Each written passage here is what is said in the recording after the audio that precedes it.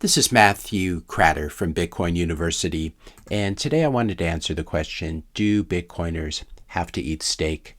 This video is a response to a question that I got in the comment section of this video in which I was talking about Keynesianism and inflation and the effect of fiat on food. And I made this comment that your grandfather ate grass-fed steak, your father ate grass-fed ground beef. These things just keep getting cheaper because of the problems with inflation. You eat factory processed chicken, and your kids are going to eat processed industrial sludge like Beyond Meat. And I got a comment from Mark1285 asking, why are all Bitcoiners obsessed with meat and steak? Red meat is one of the leading causes of cancer and cardiovascular diseases. It requires animal abuse, and it's extremely bad for the environment. Go plant-based if you want to be healthy. So let's begin at the beginning. Bitcoin, of course, is freedom money, and I do think that you should be able to eat whatever you want to eat. I'm not here to tell you what to eat, but it's actually the opposite. There are quite a few billionaires and government organizations who are here to tell you what to eat, and they're also prepared to use coercion at some point to achieve their goals.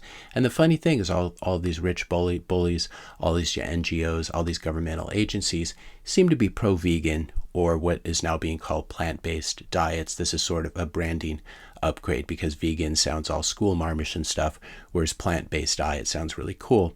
But all these rich bullies, these billionaires, these NGOs, for some reason are pro-vegan.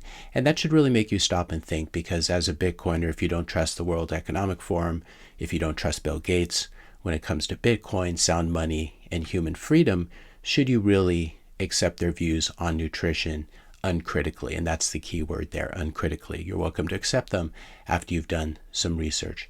Could it be that Bill Gates' investments in monocrop farmland, he's one of the largest, or I believe he is the largest farmland owner in the US now, his investments in monocrop farmland and Impossible Meat, the vegan meat company, could these possibly be influencing his advice? He certainly is pushing synthetic beef, much of which is developed and made from pea protein, for example, and canola, as we see with Beyond Beef. Here we have the World Economic Forum talking about plant-based diets. In other words, vegan diets will be essential to the planet's future, this report says. And it's talking about, ironically, it's talking about nature and biodiversity while advocating for corn, wheat, canola, etc. It's all kind of weird because I actually never asked monopolistic software guy Bill Gates his views on nutrition.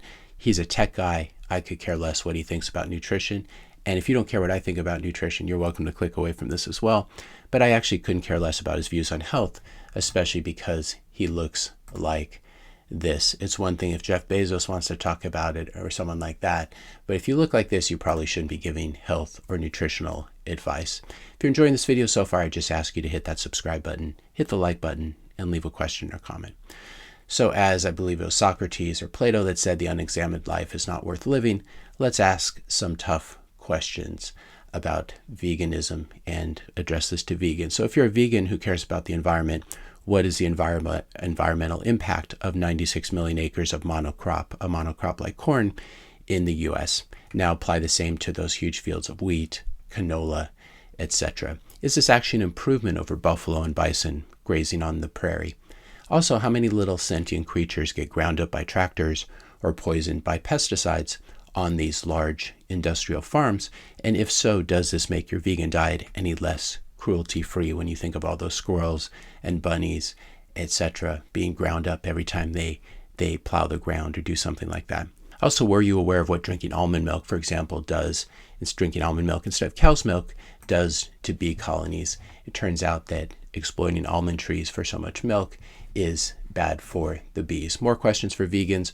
Why is human breast milk so loaded with saturated fat and cholesterol? Does nature really hate babies this much and want to give them heart attacks? Also, do you think it's bad when animals eat other animals? And if not, why can't human animals eat other animals? This seems to be one of the laws of nature, red in tooth and claw, as I believe Tennyson said. Also, are there any successful vegan civilizations or cultures? If not, why not? Is there a reason? Perhaps maybe they all died out from malnutrition.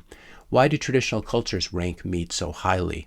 Why do the prodigal son's father serve a fatted calf in the parable to celebrate his son's return rather than just a big bowl of beans? Also, if high consumption of animal products causes cardiovascular disease, why don't the Maasai have higher rates of cardiovascular disease. I'll link to this article in the description notes below that talks about them in the Maasai. A field survey of 400 Maasai men and additional women and children indicates little or no clinical or chemical evidence for atherosclerosis, despite a long continued diet of exclusively meat and milk. The men have low levels of serum cholesterol and no evidence of heart disease.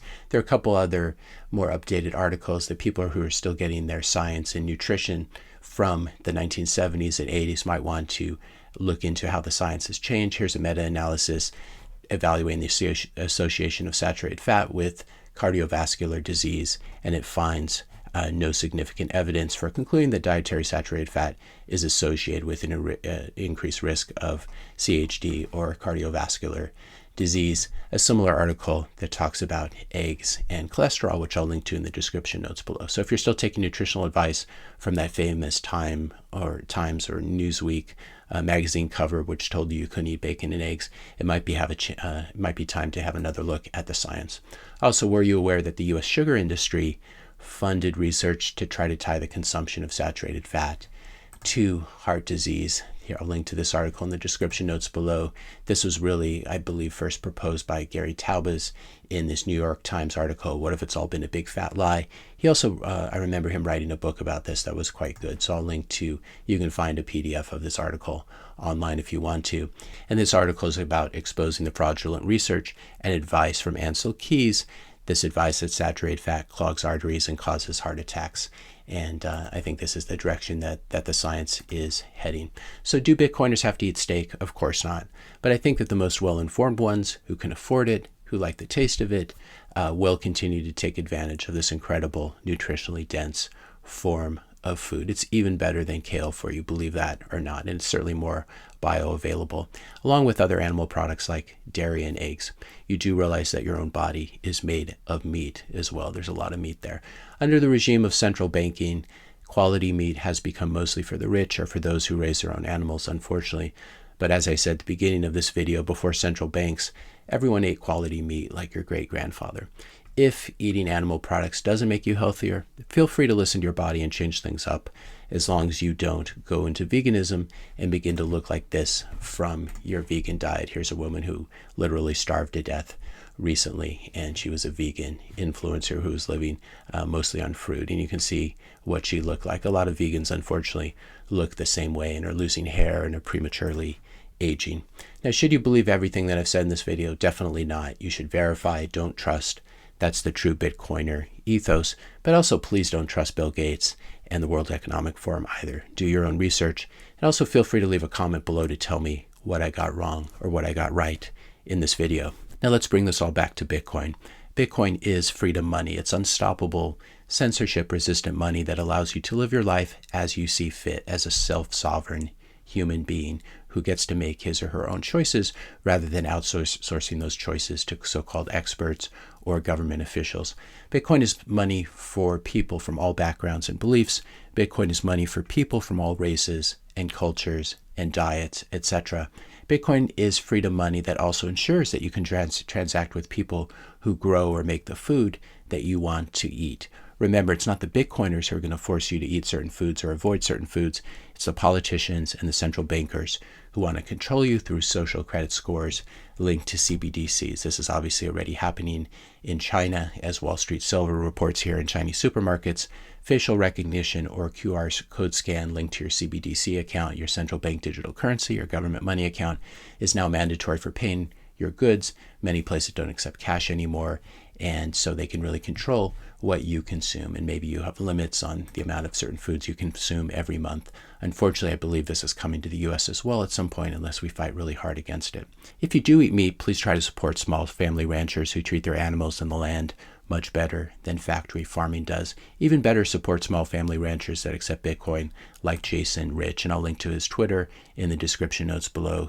He's known on Twitter as Beef, Bees, and Bitcoin at Jason Rich with a W, and he raises Black Angus cattle in Colorado. You can also check out the Beef Initiative to find humane beef closer to where you live. If you enjoyed this video, be sure to hit that subscribe and like button. Hit the notification bell if you want to be notified when I publish my next video. And let me know your questions and comments in the comment section below. Thanks a lot for watching, and I'll see you in the next video.